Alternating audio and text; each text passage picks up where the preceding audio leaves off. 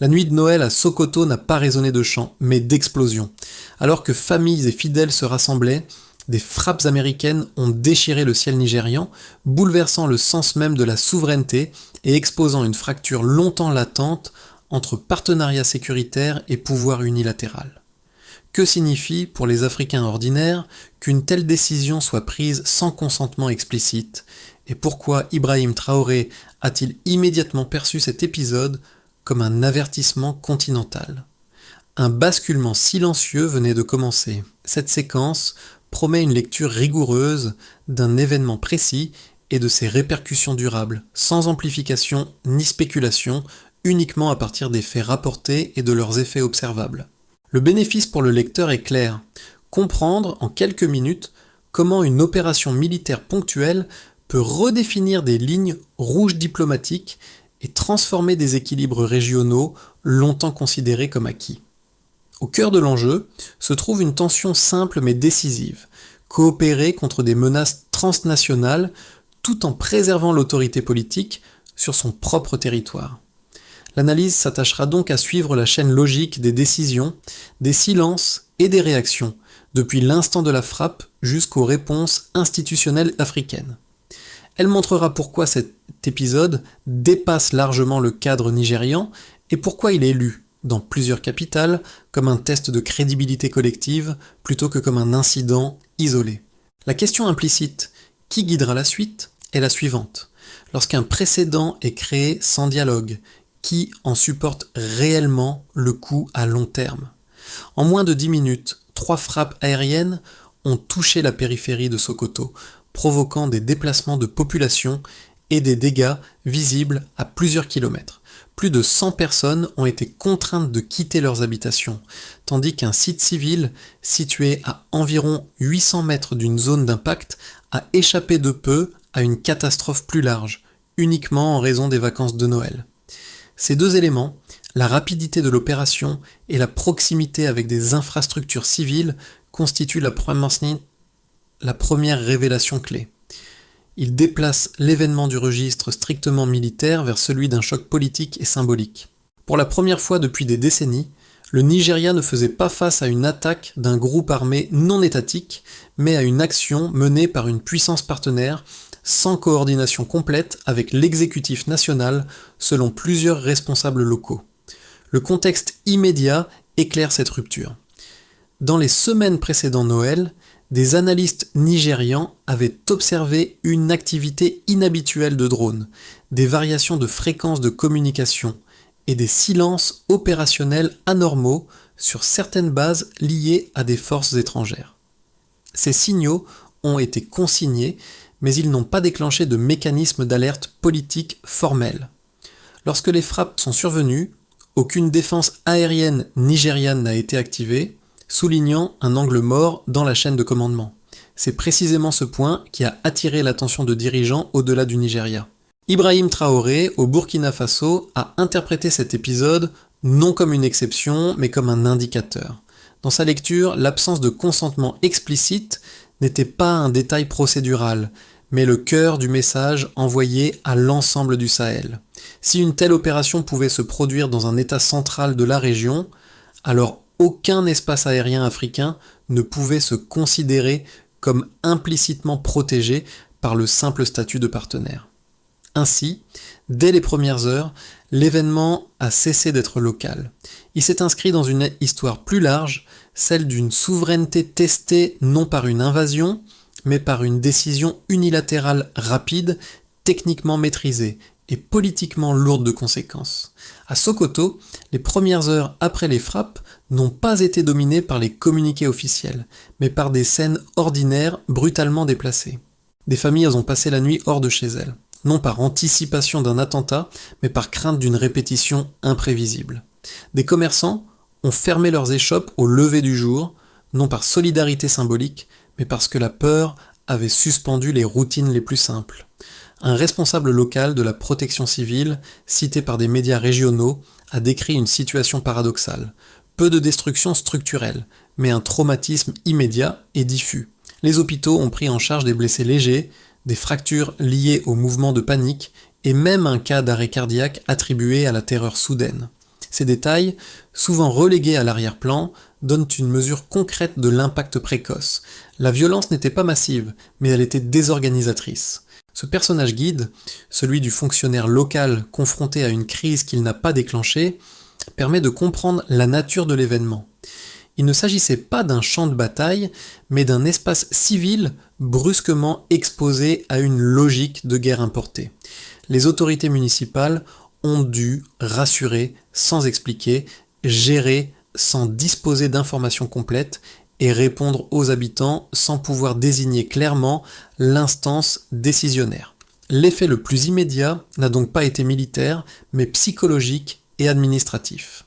La confiance dans la prévisibilité du ciel, jusque-là acquise, a été ébranlée. Et avec elle, une question simple s'est imposée dans les conversations locales. Si cela a pu arriver ici, sans avertissement clair, qu'est-ce qui empêche que cela se reproduise ailleurs ?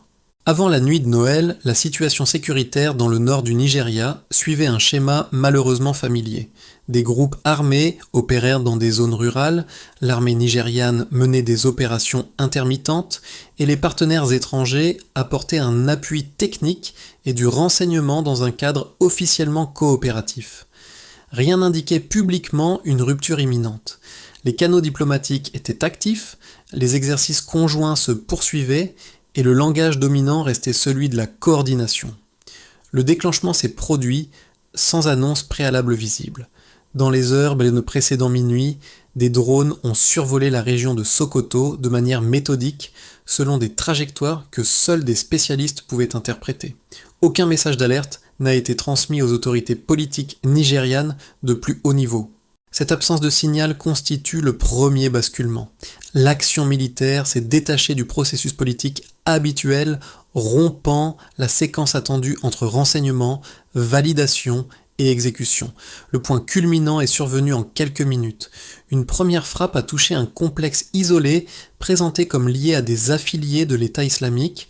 Une deuxième a visé une infrastructure logistique supposée, une troisième a neutralisé une tour de communication à proximité. La précision technique contrastait avec la brutalité du timing.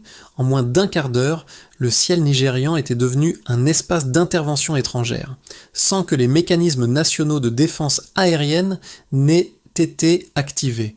La réaction immédiate a ajouté une couche de complexité. Une déclaration succincte du commandement américain en Afrique a affirmé que l'opération avait été coordonnée avec les autorités nigérianes. Or, dans les heures suivantes, des responsables civils et militaires nigérians ont laissé entendre le contraire, évoquant une information tardive, voire inexistante.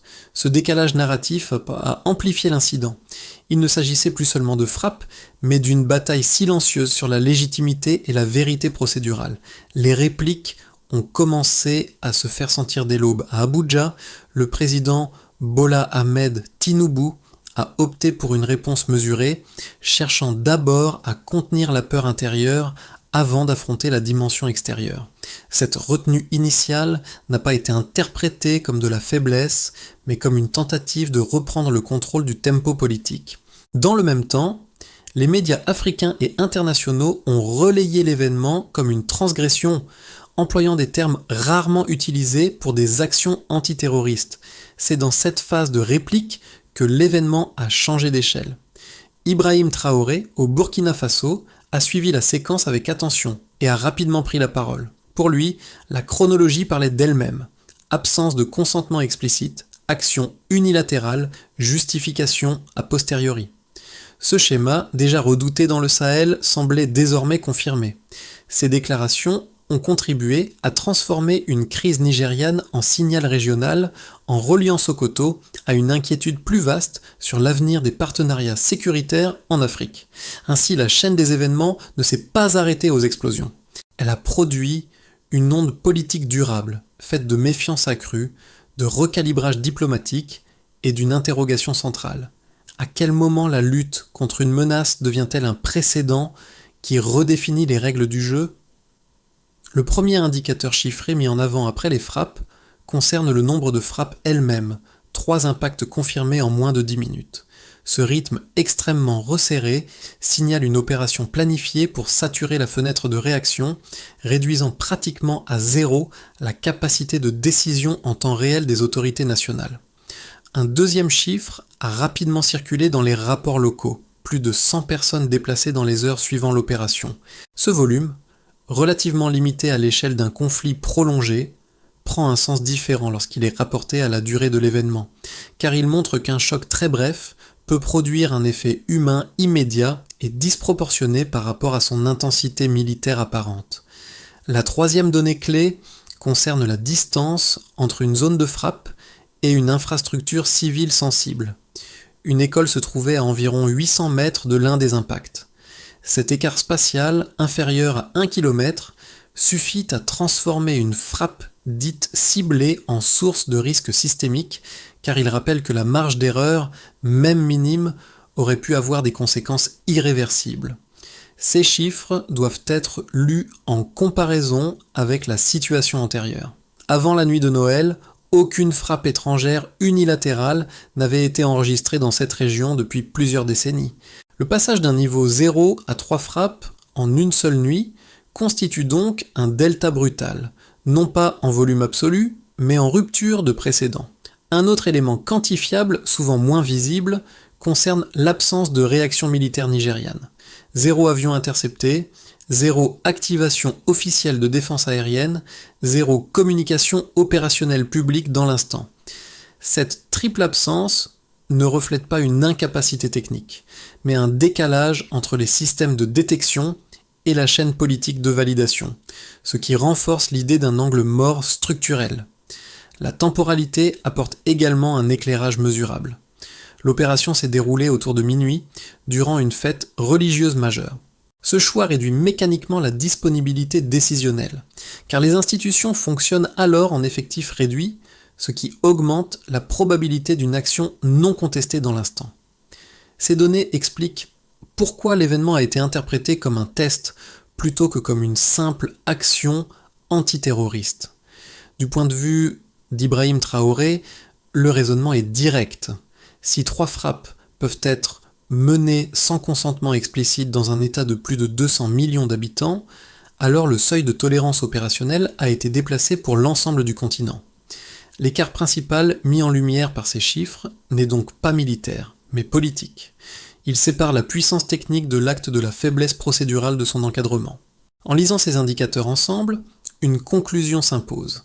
Ce ne sont pas les frappes en elles-mêmes qui redéfinissent la donne, mais le précédent mesurable qu'elles instaurent, en montrant à quelle vitesse et avec quelle efficacité une souveraineté peut être contournée lorsque les règles ne sont pas explicitement verrouillées. Le premier argument avancé pour justifier les frappes repose sur l'urgence sécuritaire. Selon cette lecture, la menace représentée par des cellules armées imposait une action rapide, et toute attente liée à des procédures de validation politique aurait accru le risque d'évasion ou d'attaque imminente. Dans ce cadre, l'efficacité opérationnelle primerait temporairement sur la forme diplomatique au nom de la protection de vies humaines. Un second argument met en avant la nature des partenariats existants. Les coopérations antiterroristes de longue date seraient interprétées comme une autorisation implicite d'agir lorsque des renseignements jugés critiques sont disponibles. Les défenseurs de cette position estiment que l'accord général sur les objectifs sécuritaires suffit, même en l'absence d'un consentement explicite et circonstancié pour chaque opération. Ces deux arguments méritent d'être pris au sérieux, car ils reflètent des pratiques courantes dans la lutte contre des menaces transnationales. Toutefois, leur faiblesse apparaît lorsqu'ils sont confrontés aux faits observés. L'urgence, d'abord, n'explique pas le choix d'un timing symbolique, en pleine nuit de Noël, ni l'absence totale de notification préalable aux plus hautes autorités civiles. Une urgence réelle n'est pas incompatible avec une information minimale, surtout lorsqu'elle concerne un État souverain partenaire. Quant à l'autorisation implicite, elle se heurte à un principe fondamental du droit international. Le consentement ne se présume pas, il se formule. L'écart entre coopération stratégique et liberté d'action unilatérale est précisément ce que cet épisode met en lumière. En confondant ces deux niveaux, l'opération affaiblit le cadre qu'elle prétend utiliser. La réponse à ces arguments ne consiste donc pas à nier la menace sécuritaire, mais à souligner que sa gestion sans garde-fou politique crée un risque plus large. Ibrahim Traoré a résumé cette inquiétude de manière concise. Accepter une exception aujourd'hui, c'est institutionnaliser une pratique demain. Ainsi, le débat ne porte pas sur la légitimité de combattre le terrorisme, mais sur les conditions dans lesquelles cette lutte se déroule. Les faits montrent qu'en l'absence de règles clairement respectées, l'efficacité à court terme peut produire une instabilité politique durable, bien plus coûteuse que le danger immédiat qu'elle prétend neutraliser. Ce n'était pas une frappe isolée. À ce stade du récit, un élément change la lecture globale. Les réactions africaines n'ont pas seulement répondu à l'événement nigérian, elles ont révélé une convergence latente, déjà prête à s'activer. La rapidité avec laquelle des capitales, des organisations régionales et des dirigeants ont pris position indique que la question dépassait depuis longtemps le cas du Nigeria. La bascule tient dans ce constat simple, l'épisode de Sokoto n'a pas créé une inquiétude nouvelle, il a rendu visible une inquiétude ancienne. Les discussions sur la dépendance sécuritaire, les zones grises du consentement et l'asymétrie décisionnelle existaient déjà, mais elles restaient confinées à des cercles techniques. Cette nuit-là, elles sont devenues publiques, politiques et populaires. C'est ici que l'intervention d'Ibrahim Traoré prend tout son sens. Son discours n'a pas introduit une rupture idéologique, il a nommé explicitement ce que beaucoup percevaient sans le formuler. En qualifiant l'opération de signal plutôt que d'erreur, il a déplacé le débat du registre de l'incident vers celui du précédent. Dès lors, la narration dominante s'est inversée. Il ne s'agissait plus de demander pourquoi une frappe avait eu lieu, mais de se demander combien d'autres pourraient en suivre si aucune ligne claire n'était tracée. Cette inversion explique la tonalité ferme, mais mesurée, des prises de parole africaines. Le point médian est donc atteint ici, l'histoire cesse d'être réactive. Elle devient stratégique. Pour les autorités nationales nigérianes, la première conséquence a été institutionnelle. L'événement a obligé l'exécutif à réaffirmer publiquement un principe qui jusque-là semblait aller de soi, le contrôle souverain de l'espace aérien. Cette clarification n'était pas destinée uniquement à l'opinion intérieure, mais aussi aux partenaires extérieurs. Elle a transformé une crise ponctuelle en rappel formel des règles, imposant une ligne de démarcation plus explicite entre coopération et subordination. Pour les forces de défense et les appareils sécuritaires, l'impact a été plus technique. La nuit de Noël a mis en évidence un décalage entre capacité matérielle et chaîne décisionnelle. Les systèmes de détection existaient, mais l'articulation entre renseignements, alerte politique et action était insuffisamment verrouillée. Cette prise de conscience a déclenché des audits internes, non pour augmenter la puissance militaire, mais pour réduire les zones grises procédurales qui rendent possible une action non consentie. Pour les populations civiles, la conséquence a été avant tout psychologique. À Sokoto et dans les zones voisines, la perception du risque a changé. La peur ne provenait plus uniquement de groupes armés identifiables, mais d'une incertitude nouvelle, celle de décisions prises ailleurs, sans avertissement local. Cette insécurité diffuse a affecté la confiance dans la stabilité quotidienne, même en l'absence de combats prolongés ou de destruction massive. Pour les acteurs économiques, enfin, l'effet a été indirect mais réel. Les marchés locaux ont connu des ralentissements temporaires, les déplacements ont été réduits et certains investisseurs régionaux ont exprimé des inquiétudes sur la prévisibilité du cadre sécuritaire. Dans des économies déjà fragiles, la perception d'un ciel incontrôlable agit comme un signal négatif, même si l'impact matériel immédiat reste limité. À l'échelle régionale, ces conséquences se sont agrégées. Les États du Sahel ont interprété la séquence comme une démonstration de vulnérabilité partagée. Ibrahim Traoré a explicitement relié l'expérience nigériane aux trajectoires du Burkina Faso et de ses voisins, soulignant que la question n'était pas la cible, mais la méthode. Ce lien discursif a renforcé une solidarité politique déjà en formation. Pour les organisations continentales, la conséquence a été normative. Les déclarations de l'Union africaine ont inscrit l'événement dans un cadre de précédent dangereux. obligeant les institutions à réfléchir à des mécanismes communs de réponse. La souveraineté n'était plus seulement un principe abstrait, mais une variable opérationnelle à protéger collectivement. Ainsi, les effets ne se limitent pas à un seul pays ou à une seule nuit. Ils se répartissent entre États, institutions, sociétés et économies, créant une onde longue. La frappe a cessé d'être un fait militaire pour devenir un repère politique. Et dans cette lecture élargie, la conséquence la plus durable n'est peut-être pas ce qui a été détruit, mais ce qui a été définitivement remis en question dans la manière dont l'Afrique envisage ses partenariats sécuritaires. Dans un scénario de base, les relations sécuritaires se recalibrent sans rupture formelle. Si les partenaires reconnaissent implicitement la nécessité de procédures plus explicites, alors les coopérations existantes se poursuivent sous des cadres clarifiés. Des mécanismes de notification renforcés sont instaurés, les zones d'ambiguïté sont réduites et l'incident de Sokoto devient une référence corrective plutôt qu'un point de fracture. La stabilité est préservée, mais au prix d'une vigilance institutionnelle accrue. Dans un scénario optimiste, l'épisode agit comme un catalyseur continental. Si les États africains transforment l'indignation en coordination, alors des initiatives communes émergent, des plateformes régionales de partage du renseignement sont consolidées, des protocoles de survol sont harmonisés et la consultation devient une norme vérifiable. Les partenariats extérieurs gagnent en légitimité parce qu'ils sont encadrés par des règles visibles et acceptées. La souveraineté cesse d'être défensive pour devenir structurante. Un scénario plus défavorable repose sur l'échec du dialogue. Si les préoccupations exprimées sont minimisées ou contournées, alors la méfiance s'installe durablement. Les États renforcent leurs dispositifs de manière unilatérale. Les partenaires extérieurs privilégient la rapidité à la coordination et chaque action future est interprétée à travers le prisme du précédent. Cette dynamique accroît le risque d'incidents diplomatiques, voire de réactions disproportionnées dans un environnement déjà fragile. Ces trajectoires de perception dépendent moins des capacités militaires que des choix politiques. La variable décisive n'est pas la présence ou l'absence d'alliances, mais la manière dont elles sont gouvernées. Un cadre clair réduit les malentendus, une zone grise les multiplie.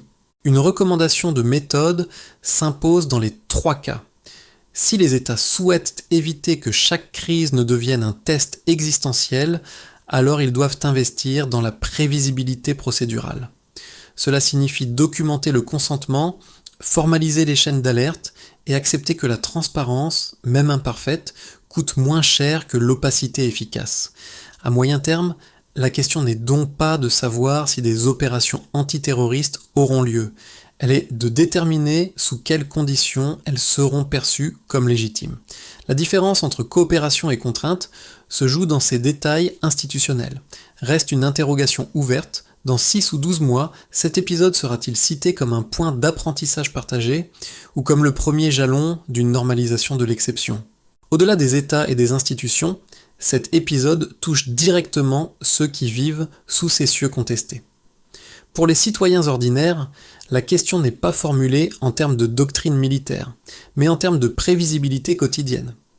Lorsque des décisions peuvent être prises à distance, sans information locale, la frontière entre sécurité et vulnérabilité devient floue, même en l'absence de combats visibles.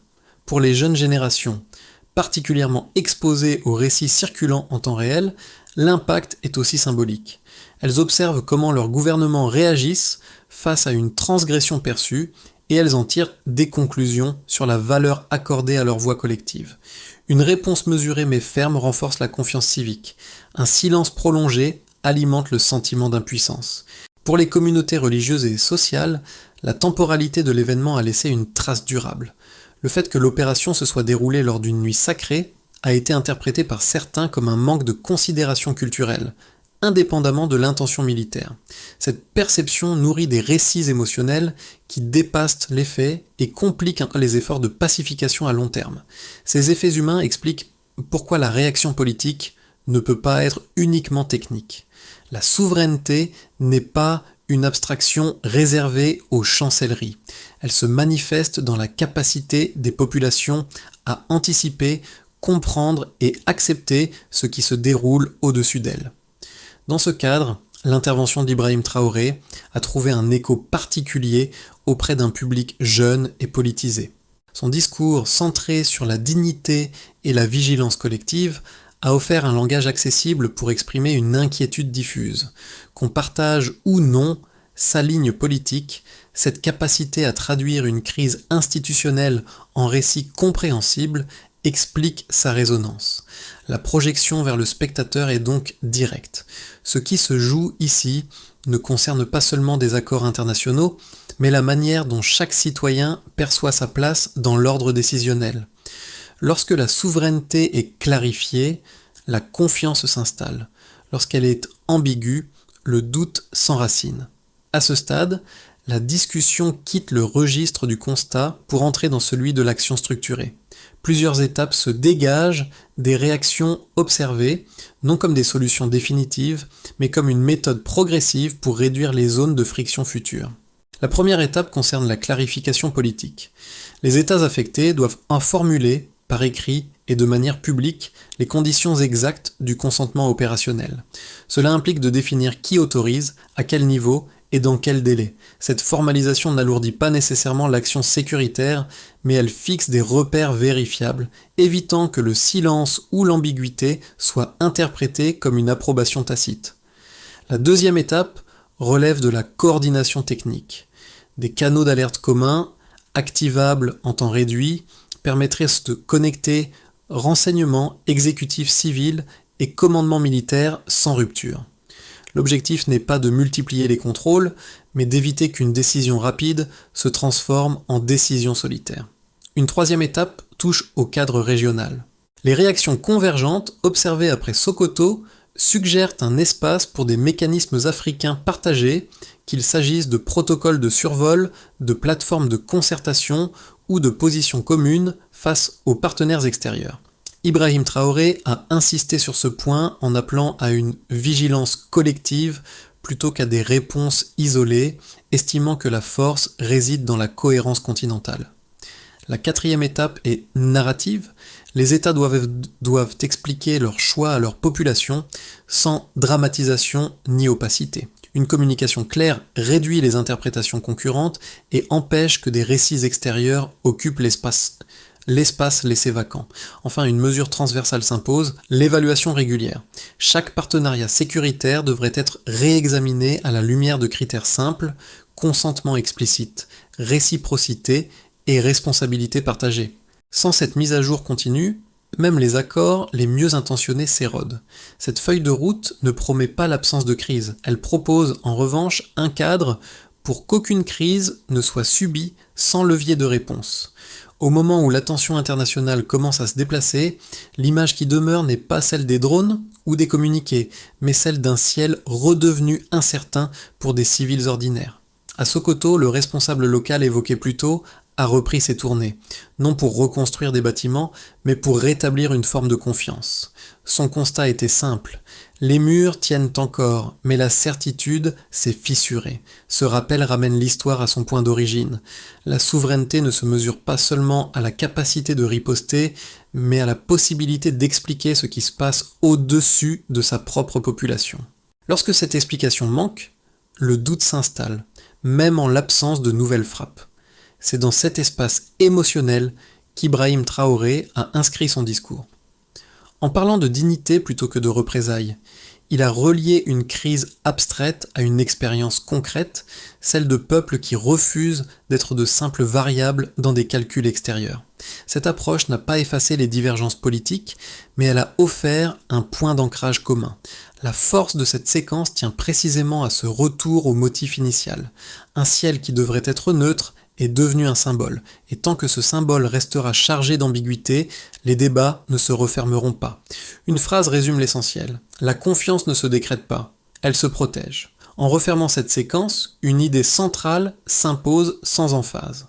Ce qui s'est joué à Sokoto n'est ni un accident isolé, ni une rupture définitive, mais un moment révélateur. Il a mis en lumière des règles implicites longtemps tolérées et a forcé plusieurs acteurs à les regarder en face. À l'échelle symbolique, l'événement a rappelé que la souveraineté n'est pas une formule juridique figée. Elle se construit dans la répétition des choix, dans la manière dont les États réagissent lorsqu'une limite est franchie et dans la cohérence entre leurs paroles et leurs actes. Les réponses africaines, diverses mais convergentes, suggèrent que cette conscience progresse. Le débat reste toutefois ouvert. Faut-il renforcer les partenariats existants en les encadrant davantage ou repenser plus profondément les architectures de sécurité? À quel moment la rapidité devient-elle une contrainte imposée plutôt qu'un atout partagé? Et comment transformer une indignation ponctuelle en apprentissage durable? Ces questions ne demandent pas une réponse immédiate, mais une discussion informée. Elles concernent les décideurs, les analystes et les citoyens, car elles touchent à la manière dont un continent se projette dans l'avenir. La réflexion se poursuit désormais hors de ce récit. À chacun de juger si cette nuit de Noël restera une alerte sans lendemain ou le point de départ d'une redéfinition assumée des règles du jeu.